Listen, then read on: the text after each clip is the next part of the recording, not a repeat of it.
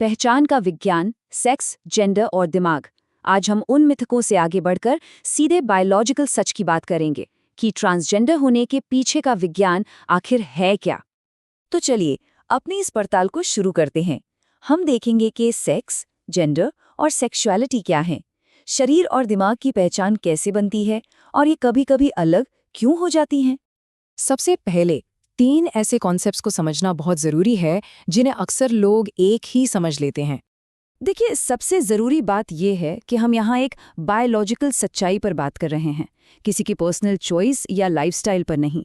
Modern neuroscience ये साफ कर चुका है कि ट्रांसजेंडर होना न कोई गुनाह है, न कोई बीमारी, ये एक जैविक हकीकत है। तो देखिए, यहाँ एक बहुत बड़ा और ज़रूरी फ़र्क समझना होगा। एक तरफ है सेक्स, यानी हमारा बायोलॉजिकल लिंग, ये हमारे शरीर से जुड़ा है, मतलब पूरी तरह से फिजिकल। और दूसरी तरफ है जेंडर, ये है हमारी मानसिक पहचान, जो हमारे दिमाग से जुड़ी है, हमारा अंदरूनी एहसास। तो आसान भाषा में कहें तो शरीर की पहचान हुई सेक्स और मन की पहचान हुई जेंडर। अच्छा, तो बायोलॉजिकल सेक्स तय कैसे होता है? ये 3 चीज़ों पर निर्भर करता है। हमारे क्रोमोसोम्स, हमारे जननांग और हमारे शरीर में कौन से हार्मोन ज़्यादा हैं। इन तीनों को मिलाकर ही किसी का बायोलॉजिकल सेक्स बनता है। और जेंडर? जेंडर इन सबसे बिल्कुल अलग है। ये किसी का अपना अंदरूनी गहरा एहसास है कि वो अंदर से खुद को क्या महसूस करते हैं। ट्रांसजेंडर लोगों के लिए उनकी ये दिमाग वाली पहचान उनके शरीर वाली पहचान से मेल नहीं खाती। और आखिर में आती है सेक्सुअलिटी, यानी कौन किसकी तरफ आकर्षित होता है। ये तो एक पूरी तरह से अलग कॉन्सेप्ट है, जिसका किसी के बायोलॉजिकल सेक्स या जेंडर पहचान से कोई सीधा लेना देना नहीं है। चलिए अब आगे बढ़ते हैं और देखते हैं कि ये सब होता कैसे है। इसकी शुरुआत होती है माँ के गर्भ में, जहाँ शरीर का पहला खाका तैयार होता है। प्रेगनेंसी के दौरान 6 से 14वें हफ्ते के बीच एक बहुत ही अहम घटना होती है। वाई क्रोमोसोम पर एक खास जीन होता है, SRY जीन। ये एक्टिवेट हो जाता है और यही वो सिग्नल है जो शरीर को बताता है कि उसे पुरुष विशेषताएं विकसित करनी हैं। लेकिन अगर वाई क्रोमोसोम है ही नहीं या फिर ये SRY जीन किसी वजह से एक्टिवेट नहीं होता, तो शरीर का जो डिफ़ॉल्ट डेवलपमेंट पाथ है वो फीमेल का होता है, यानी शरीर अपने आप महिला की तरह विकसित होने लगता है। इसी प्रोसेस से बायोलॉजिकल सेक्स तय होता है। लेकिन कहानी यहाँ खत्म नहीं होती है। शरीर का खाका तो बन गया, पर मन की पहचान बनने की प्रक्रिया एक अलग और इसके बाद के दौर में होती है। और यहीं पर विज्ञान की सबसे दिलचस्प बात सामने आती है। 16वें और 24वें हफ्ते के बीच एक दूसरी क्रिटिकल विंडो खुलती है। ये वो समय है जब हार्मोन्स के असर से दिमाग अपनी जेंडर पहचान को विकसित करता है।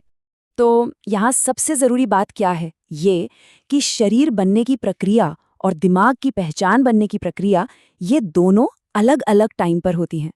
अब सवाल ये उठता है कि तब क्या होता है जब इन दोनों प्रक्रियाओं के नतीजे एक दूसरे से अलग हों।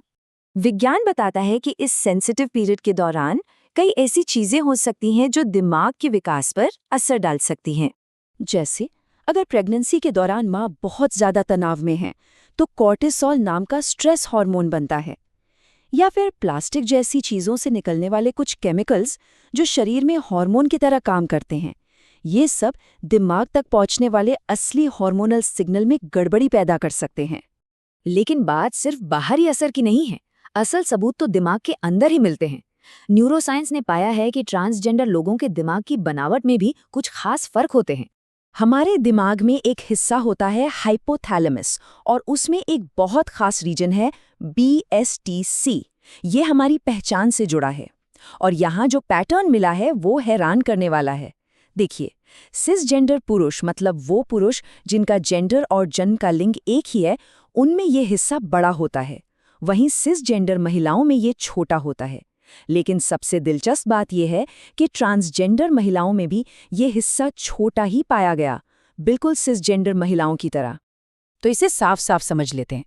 एक ट्रांसजेंडर महिला वो इंसान है जिसे जन्म के समय पुरुष का शरीर मिला था, लेकिन जिसका दिमाग और अंदरूनी पहचान यानी जेंडर एक महिला का है। और ठीक इसी तरह एक ट्रांसजेंडर पुरुष वो इंसान है जिसे जन्म के समय महिला का शरीर मिला था, लेकिन उसकी जो दिमागी पहचान है, जो उसका जेंडर है, वो एक पुरुष का है। तो चलिए अब इस सारी साइंटिफिक जानकारी को एक साथ रखकर देखते हैं और समझते हैं कि आखिर ये सब जानना इतना ज़रूरी क्यों है।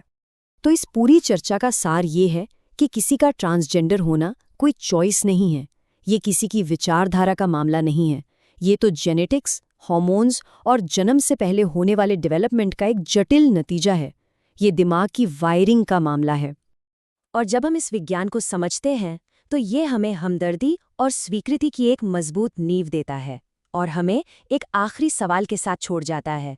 विज्ञान तो हमें जैविक सच्चाई दिखा रहा है, क्या समाज इसे सुनने को तैयार है?